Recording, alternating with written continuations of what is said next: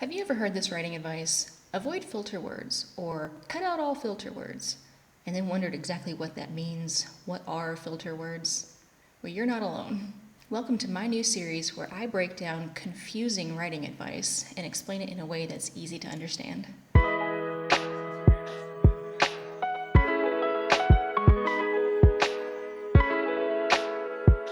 So, what are filter words? Filter words are words that put distance between the character and the reader, or they filter what is happening through the character before it gets to the reader. For example, in this sentence, Greg felt the heat of the sun burning his face. Felt is the filter word. If we were to remove the filter word, the sentence might read, the sun beat down on Greg's face, burning his skin. Without the filter word, the story is more immersive.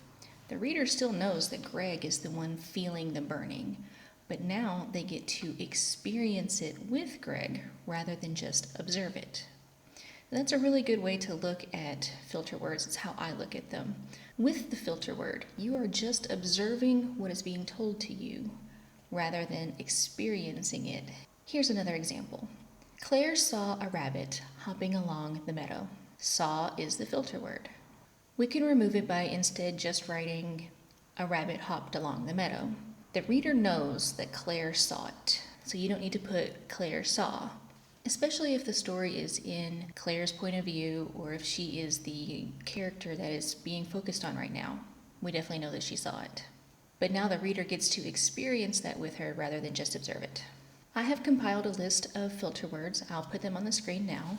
Feel free to pause and screenshot or write them down if you'd like. This is by no means all the filter words that exist. That would be a pretty extensive list, but I believe that these are among the most common ones. Generally, filter words relate to the five senses, so words like saw, heard, tasted, smelled, touched. But they can also relate to thought processes, so words like remembered, knew, decided, noted, realized. And of course, no matter what tense you work in, it's the same. So saw or see, hear or heard, it's all the same. So how do I avoid writing with these words? It might be hard to avoid doing it at first. If you catch yourself using them as you're writing, you can go ahead and fix them. But it might be easier to just go ahead and write with them, and then when you're done and you're in editing phase, do a word search, and wherever you can, just get rid of them. For the example sentence that I gave, Claire saw a rabbit hop along the meadow, all you have to do is remove Claire saw and then change hopping to hopped to make it proper English. For other sentences like Greg felt the sun burning his face, you could do the same thing. You could remove Greg felt and change burning to burn, or you can rewrite the sentence completely to say the sun beat down on Greg's face, burning his skin. That's personal preference and up to you. When to ignore this rule? All writing rules have exceptions. And one place where you can ignore this rule is in dialogue. These words are part of everyday speech, and it might sound kind of funny if you remove them all in dialogue also. It might sound like it's not a real person speaking. They are things that people say every day, so it's okay to leave them in there.